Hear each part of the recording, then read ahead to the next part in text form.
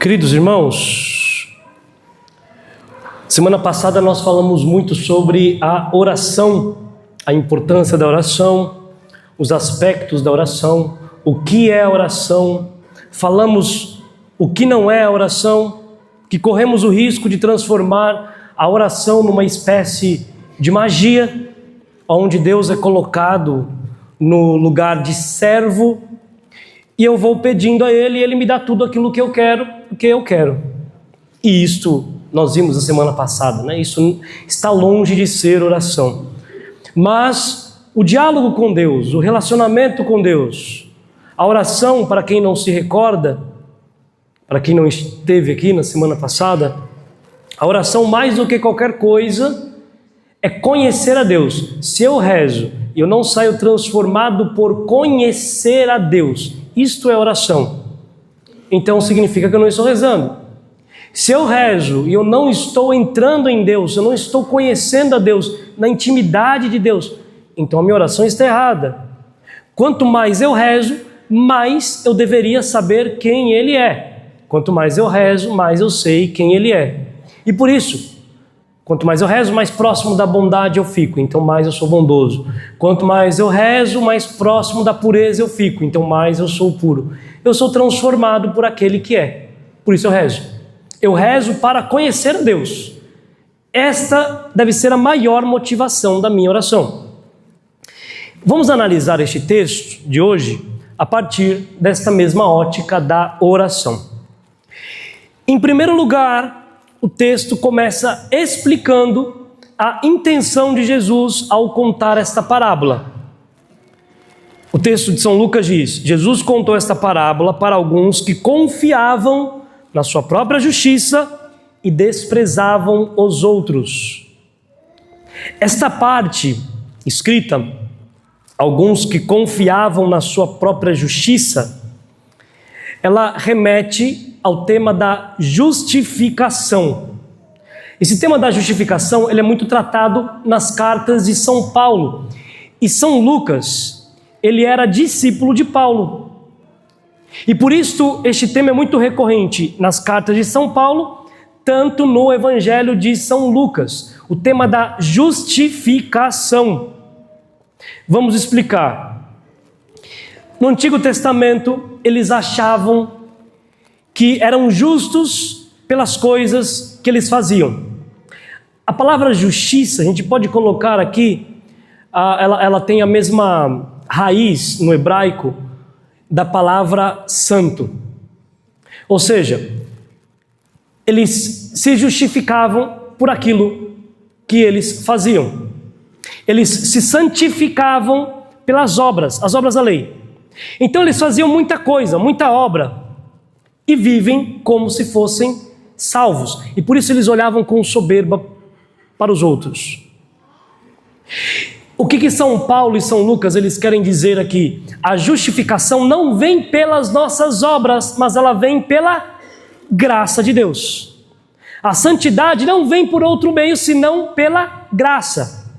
Não é porque eu faço, não é porque eu fiz, não é o que eu faço que vai me tornar santo, justo diante de Deus, mas é o que eu sou, é a minha fé que vai me tornar justo, que vai me tornar santo. Isto é uma verdade muito grande, isto nós estamos tratando do tema daquele tempo, mas isto é uma verdade muito grande até mesmo para os dias de hoje, porque existem pessoas assim. Por exemplo, existe aquele católico, que a gente pode colocar assim, é o católico fit espiritual. Como é que é isso, padre? É aquele que transformou a vida espiritual numa academia. Ele reza, ele jejua, ele faz retiros, ele lê, mas tudo com a intenção de se sentir em forma, superior aos outros. Então ele gosta de mostrar que ele está rezando, que ele vai para os retiros. Ele olha o irmão fraco na fé. Na academia o pessoal fala assim, né? Olha o frango aí, ó. É o magrelinho, né? Olha lá, ó o franguinho na fé aí, ó.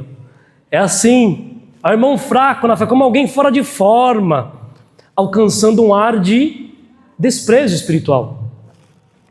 Mas também tem aqueles que são voluntários que servem para aparecer. Servem na igreja, mas querem reconhecimento. Se ninguém elogia, fica magoadinho. Se não está no holofote, perde a motivação. Ele serve a Deus, mas no seu interior, secretamente, ele quer os aplausos, ele quer que as pessoas reconheçam o que ele fez, como este fariseu. Tem também aquele tipo de católico, que é o católico influencer. Já viu isso? É aquele católico que filma as obras de caridade, posta cada oração todos os dias, grava cada momento espiritual, mas não para evangelizar, para ganhar curtida. O coração está na própria imagem, mas não no Cristo que salva.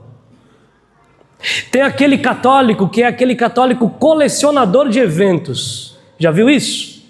Ele vai em todos os lugares, corre atrás de show, de encontros. Ele não cria raízes. Aonde ele está, ele vai nos eventos, vai nos congressos, nos retiros. É noite de louvor, ele está, mas não para abraçar a cruz, não para se converter. Ele procura emoção religiosa. A emoção, ele não procura transformação interior. Tem aquele outro tipo de católico, que é aquele católico terapeuta, já viu?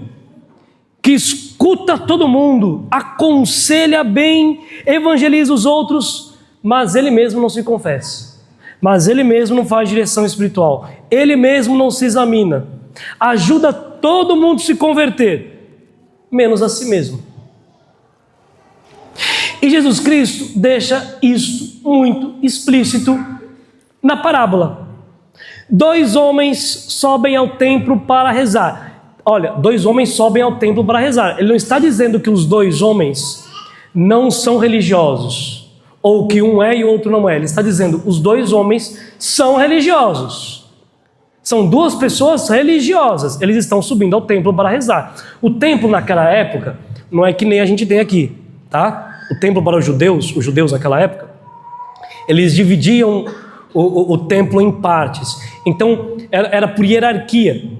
Os fariseus, eles ficavam exatamente na frente. Tem muitas cenas, inclusive, que fazem desta parábola como se estivesse o fariseu aqui e do lado dele estivesse o publicano, o cobrador de impostos. Mas isso não é uma verdade, porque o cobrador de impostos, por aquilo que ele era reconhecido como um pecador público.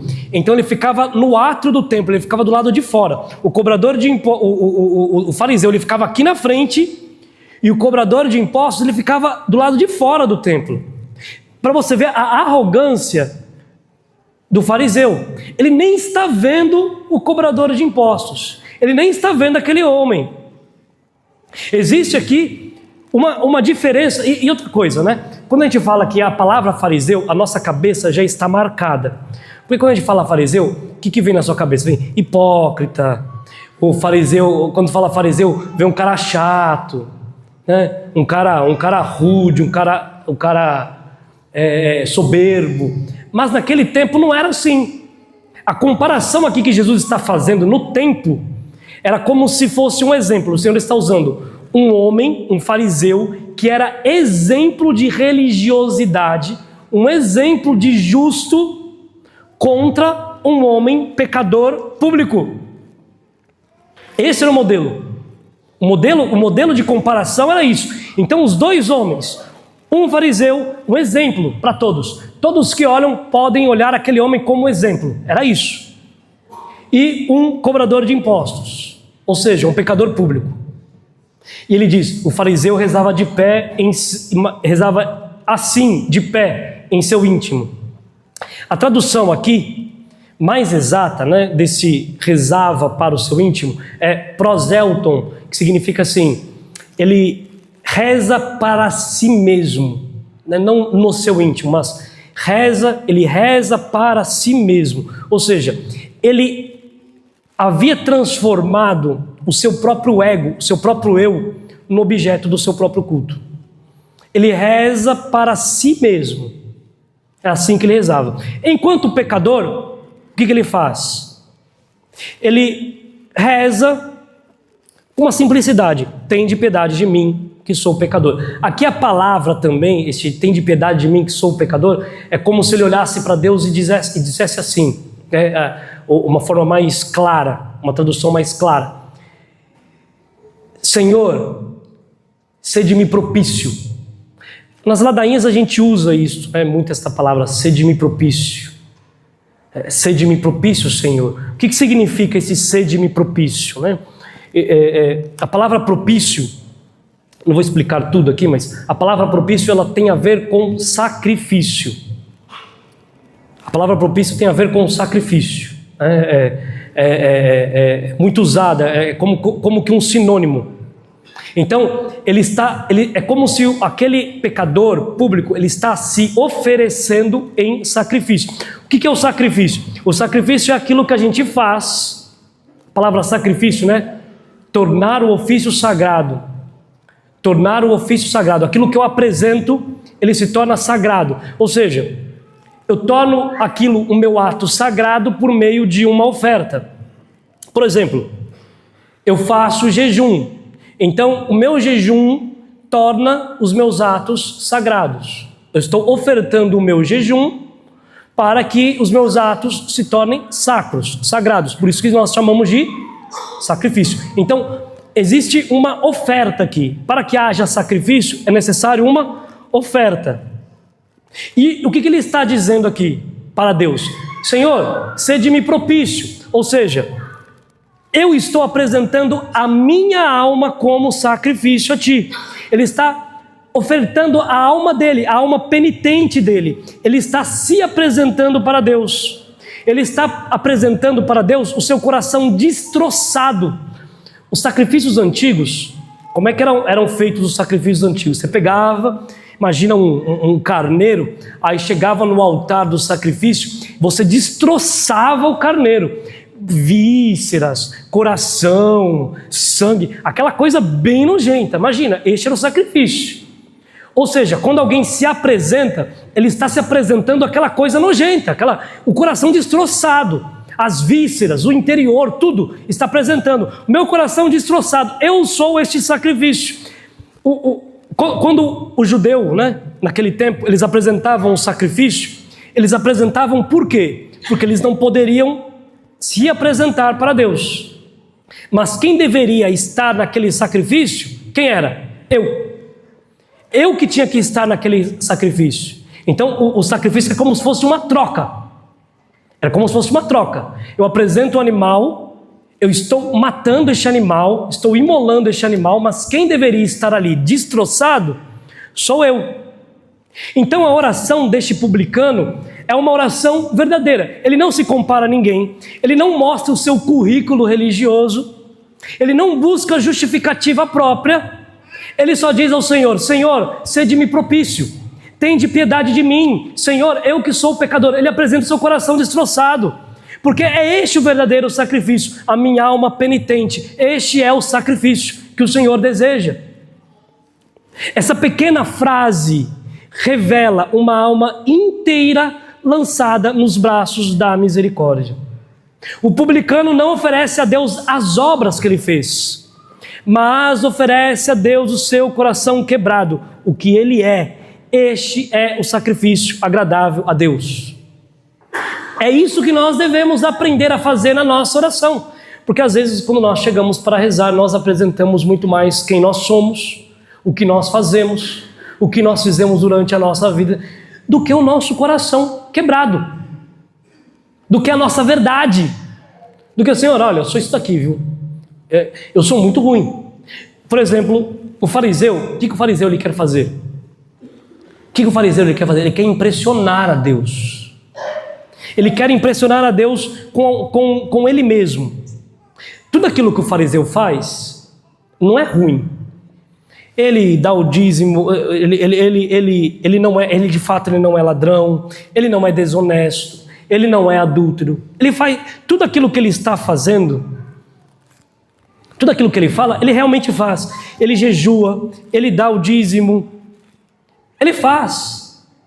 Não é, as obras que ele faz não são ruins. E o Senhor ele não está falando que as obras dele, daquele homem, é ruim. Mas qual que é o problema deste fariseu? Ele está tentando impressionar a Deus. E é uma loucura achar que nós podemos impressionar a Deus por aquilo que nós fazemos. Deus só se impressiona com Ele mesmo, porque Ele é Deus. Sobretudo porque tudo aquilo que nós fazemos está manchado pelo pecado. Imagina, é muito bonito, imagina a cena de alguém perdido. Alguém que está no mundo, que está numa vida devassa, um pecador público. Ele chega todo destroçado. Então ele passa a amar a Deus, ele se converte. Ele passa a amar a Deus a partir de agora. Então ele muda de vida, ele passa a rezar, ele passa a fazer as coisas na igreja. As pessoas olham assim, nossa, que bonito aquele fulano. Olha a história daquela moça. Olha a história deste rapaz. De fato, quando nós vemos isso é realmente muito bonito. Isso é realmente muito bonito. Porém, toda esta virtude aparente que nós vemos, porém, ser virtuoso, porém, estar na igreja, não é como estar numa clínica de estética. Nós não estamos aqui. Imagina, você vai num salão de beleza, a mulherada, né? Vai no salão de beleza, chega um cabeleireiro e cuida tudo, e faz um negócio bonito e tal, depois passa a maquiagem, aí olha no espelho que assim fala, como eu estou bonita. Os homens, né? Vão no barbeiro e tal, quem tem cabelo cuida do cabelo, né? Aí depois o cara vai lá, mostra espelhinho aqui, isso aqui lá, tal. Nossa, como eu fiquei legal, como eu estou bonito.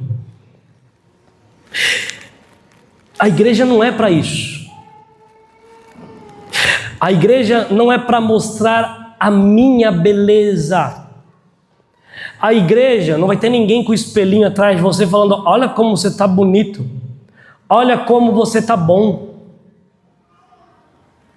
Existem muitas pessoas que se convertem somente esteticamente. Elas fazem o bem pelas belezas que este bem tem, mas não, aliás, né? Fazem o bem somente pela aparência do bem, mas não de fato pela beleza que é o bem. Ou seja, exemplos práticos, né? Eu dou o dízimo. Por quê? Porque é bom. Como o fariseu aqui. Não é para me mostrar. Eu dou o dízimo por quê? Porque é bom. Eu faço jejum por quê? Porque eu sei que é bom. Eu sou generoso porque é agradável a Deus. Porque sendo generoso, eu posso ir para Deus, né? com mais alegria. Eu sou caridoso. Eu me encho do Espírito. Eu domino as minhas paixões, eu faço jejum, eu faço mortificação, então eu começo a dominar as minhas paixões, eu começo a dominar as minhas vontades, mas eu não faço isso por estética, por obrigação. Eu não faço isso porque eu sou obrigado, eu não posso fazer isso porque a igreja me obriga, porque estão me dizendo para eu fazer, porque Deus é um Deus tirano e vai me levar para o inferno. Não, eu faço todas essas coisas por amor. É por isso que eu faço. Existe aqui uma liberdade. Eu não sou adúltero, por quê? Porque isso não faz parte da minha vida. Isso não faz mais do que a minha obrigação. Eu não sou ladrão, mas ser honesto não tem nada de especial. Eu não preciso me gabar porque eu sou honesto. Eu não preciso me gabar porque eu sou virtuoso. Eu não preciso me gabar porque eu me domino. É mais ou menos assim, né? A gente começa a rezar e às vezes a gente acha que está muito bem rezando. Na verdade, quando a gente começa a rezar e vencer os nossos pecados, entendamos uma coisa. Nós saímos agora do ponto negativo, porque com o pecado nós estamos lá embaixo, abaixo de zero. quando a gente começa a se esforçar e vencer os nossos pecados, significa que agora zerou. Estamos do 0 a 0. Agora a gente pode começar, a partir de agora eu sou virtuoso, então a partir de agora eu posso começar a ser santo. E eu faço isso porque eu sou livre, é a lei da liberdade. Eu faço bem porque eu sei que o bem é bom mesmo. Eu gosto de ser bom, justo, mesmo quando isso é feio diante dos outros. Então eu sou virtuoso porque eu creio nisso como verdade. Eu sou o casto porque eu creio que isso é uma verdade e eu sei que isso faz bem para mim. É por isso. Não tem outra motivação, não é beleza. Ai, como é beleza. Não, é muito difícil. Ai, como é belo ser... Não, é muito belo as coisas que nós fazemos. É muito belo, mas é difícil. É muito complicado. Então, eu não posso usar a beleza do bem ao meu favor. Eu não quero que isso seja um meio para a minha aparência, para a minha estética. Mas eu vou até o final com este bem. Eu vou até o final com aquilo que eu acredito, com a minha fé. E entendamos, eu posso ser a melhor pessoa do mundo, eu posso praticar as mais belas obras, mas sem Jesus eu vou para o inferno. O que nos leva para o céu, como este fariseu, ele fazia muitas obras, fazia muita coisa boa, mas ele não tinha Deus. O que conta no final é se nós temos a Deus ou não. Ah, padre, mas o senhor está falando assim... Mas as pessoas que são boas, parece que só quem tem Jesus é bom. Entenda uma coisa, não é só quem tem Jesus é bom. Obviamente, Deus ele sempre olha, Deus é misericordioso, ele sempre vai olhar todo ato de bondade, mas entendamos, eu não posso fazer atos de bondade para o meu próprio egoísmo, senão não tem bondade nenhuma nisso. Eu não posso fazer atos de bondade interesseiros, senão não tem bondade nenhuma nisso. Não existe bondade, eu posso fazer um bem, mas por dentro eu estou todo orgulhoso. Não existe bondade nenhuma nisso. O meu bem ele tem que ser desinteresseiro de tudo, senão ele não é um bem, ele é interesseiro. Isso já faz com que ele não seja bom. O que me faz ir a Deus, né? O que me faz tomar este rumo é este desinteresse, é dar este coração quebrado. E aí eu entendo aquilo que São Paulo nos diz, né? Olha, São Paulo lhes diz aqui na segunda leitura, diz a Timóteo, olha, eu já estou para ser oferecido em sacrifício, aproxima-se o momento da minha partida, eu combati o bom combate, eu completei a corrida, eu guardei a fé, agora está reservada para mim a coroa da justiça, que é o Senhor, o justo juiz, me dará naquele dia, e não somente a mim, mas a todos aqueles que esperam com amor a sua manifestação gloriosa. Ou seja, não depende de mim, eu faço por amor a Deus, eu não quero nada em troca neste mundo, eu não penso em nada, eu não quero nenhuma glória, eu não quero nenhuma riqueza, eu não quero nenhuma recompensa, eu quero mesmo é mudar de vida, eu quero mesmo ir para o céu, é só isso, por isso que eu sou bom, porque eu creio nessa bondade, é só por isso, não tem outro motivo, não tem nenhum interesse, não tem outra motivação. Não tem outra motivação. Vejam, o fariseu levou para o templo as suas obras e voltou com elas para trás. O publicano levou para o templo o seu pecado e voltou com Deus. É isso que nós devemos apresentar ao Senhor hoje. Nosso coração quebrado. Apresentar quem nós somos. Não é o que nós fazemos por Deus que nos salva, mas é o quanto nós nos deixamos transformar por Deus que nos ama. Amar a Deus é mérito dele, não nosso. Convido você hoje a entregar o seu coração ao Senhor, com muita humildade. entregue seu coração ao Senhor. Faça essa oração. Senhor, realmente, olha, não quero pensar em ninguém.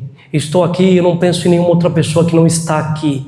Eu não julgo as pessoas que estão aqui do meu lado, porque às vezes a gente julga, né? As pessoas que estão do nosso lado. Ai, fulano faz isso e está aqui. O problema é dele, né? O problema de quem está aqui está errado. O problema é dele. Problema de quem está aqui e não se converteu, não é problema seu. É problema dele. Ele vai se ver com Deus. Você tem que ver a sua vida com Deus aqui agora. Eu vou fazer o bem, Senhor. Eu quero fazer o bem porque eu te amo. Eu não quero ser melhor do que fulano, do que esse outro aqui. Eu não quero ser melhor do